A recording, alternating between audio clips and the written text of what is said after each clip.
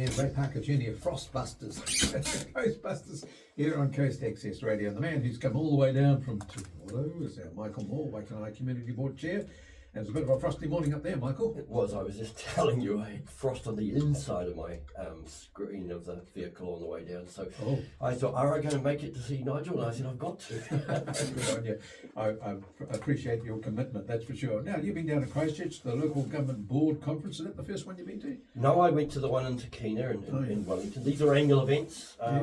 They're really important forums for people to get together to talk policy. There's clearly a focus from central government on what councils do and how they do things. So I think that's really important for these forums to talk about. All the chiefs of government spoke. The opening address was from the Prime Minister Luxon, Right. which lasted for 2 minutes and 13 seconds. It was almost embarrassing, if you want my opinion. Seymour was there, who was telling everyone to ban karakias. A lot of this kind of dog whistling. Councils can save money and prune. We all see overspending, and I'm up for that discussion. And we need to, as elected members, engage and direct staff where we think spending shouldn't be going or overspending. But telling things like that really isn't a helpful collaboration between central government and local councils. But they've got to say it, because if you don't say it, nothing's going to happen. It would indicate that everybody's happy with what the local boards are doing, and I don't agree with that. I say you've got to say what you believe in. Oh, absolutely. Even if it's wrong. Yeah, and council elections and the ones that are coming up in just a few weeks' time will allow everybody to come and stand forward on platforms and talk and say what they want done and how we spend money, which is the biggest priority of a newly elected council. How we look at where we spend money and how we put the rates take together. Yeah, the rates one is the one that the the government's trying to crack down on. But you being a Kapiti coaster down there, sitting in on this, what was your feeling as they were talking about how our councils are going? Because I think we do pretty well here. We do pretty well. I know it's easy when you sit on kind of on the rungs of social media these days, which is kind of the new town square and the battle place, that people are angry. And there is a lot of valid arguments where we need to address on those things. But, in most part, Kapiti has really good infrastructure. One of the things that came up in Otahu, in Christchurch, by a lot of people, that there's been a lacking of investment in infrastructure for years. And we don't suffer from that as much as others. We only have to look down the road 100 kilometres into Wellington and seeing what they've got to do. And there's lots of councils around New Zealand that are having huge rate hikes because of this problem of catching up when substantial piping and things have not been maintained for 20 or 30 years. So we've got a lot to praise our prior councils under administrations have achieved here in Kapiti. Yeah. But our infrastructure is going to have to be even stronger here, because of the amount of building that's going on in existing areas.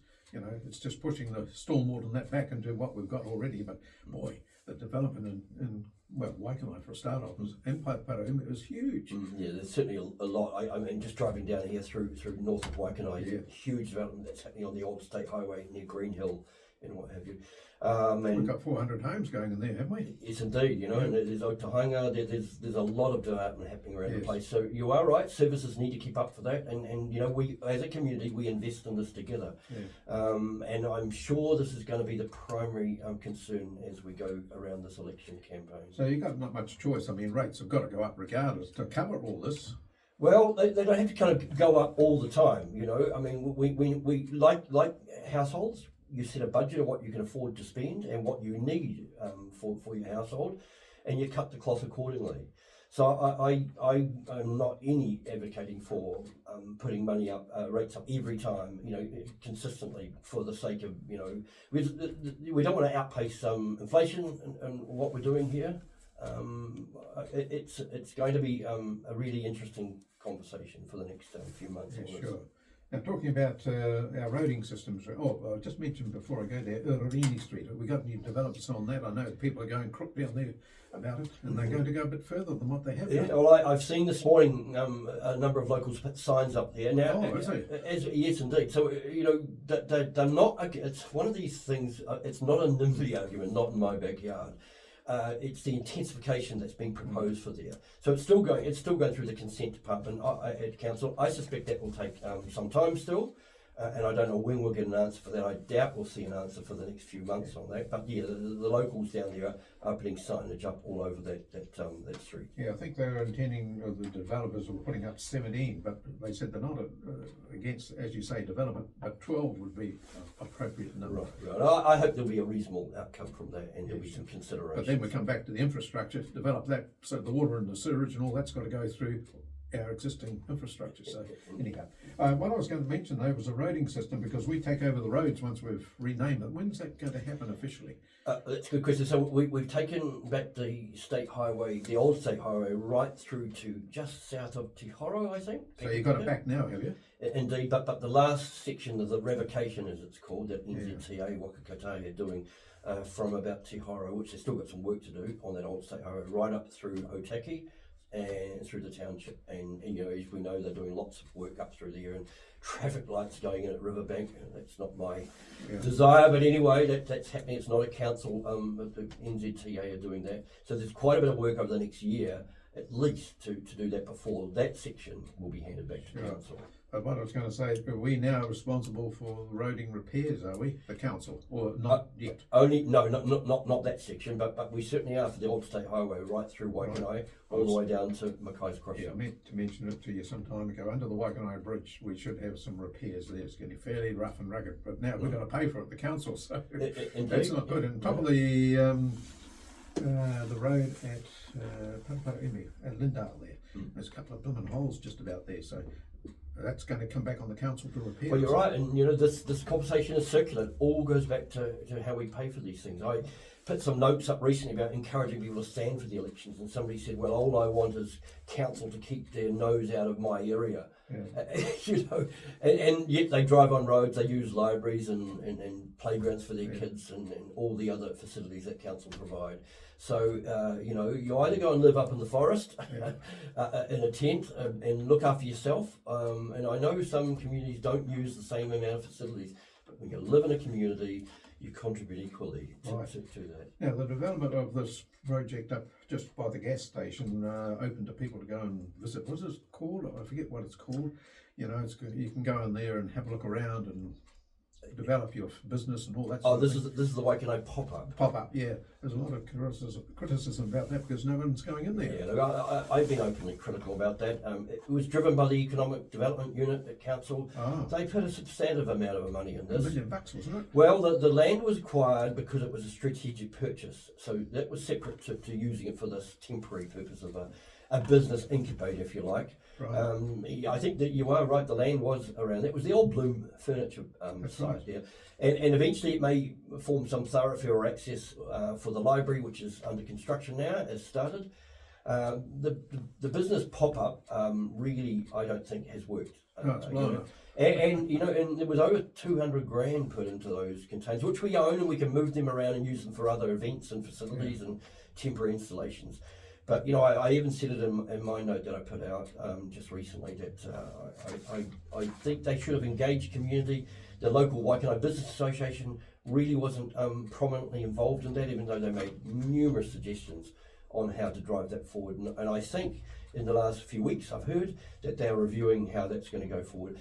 It launched late, well after the summer, you know, when it would have been really popular or more popular. But you know, what was it really designed for? That's what people are asking. We don't know. Well, yeah, it was attempted to revitalise Mahara Place and have some new business, because we've got a couple of or three places here which are empty.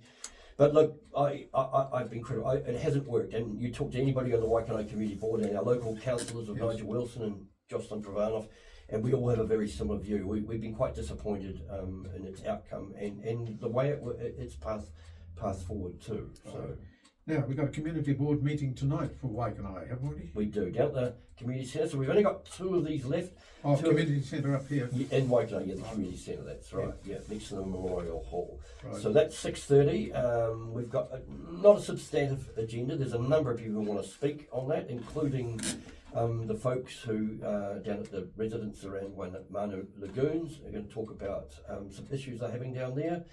And our our grant funding round will occur too. So after this one tonight, we have our last community board meeting in Te Horo, my stomping ground, on the 2nd of September. So Right. that'll be kind of a nice bookend to this 3 years.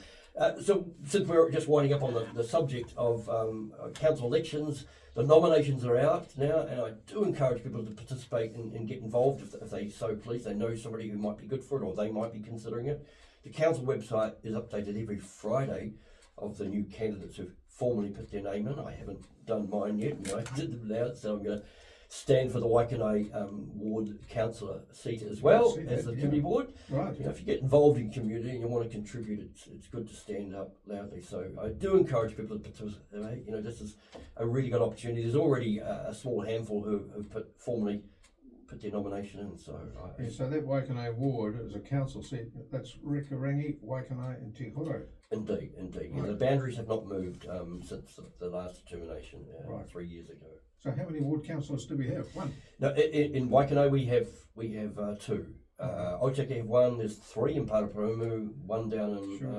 Ramadi and one in Paikok. So a ward councillor sits on the council table. Indeed, and you know, under the current mayor Janet Holborough, councils, this council has really embraced community boards and their representatives around committees and around the council table as well.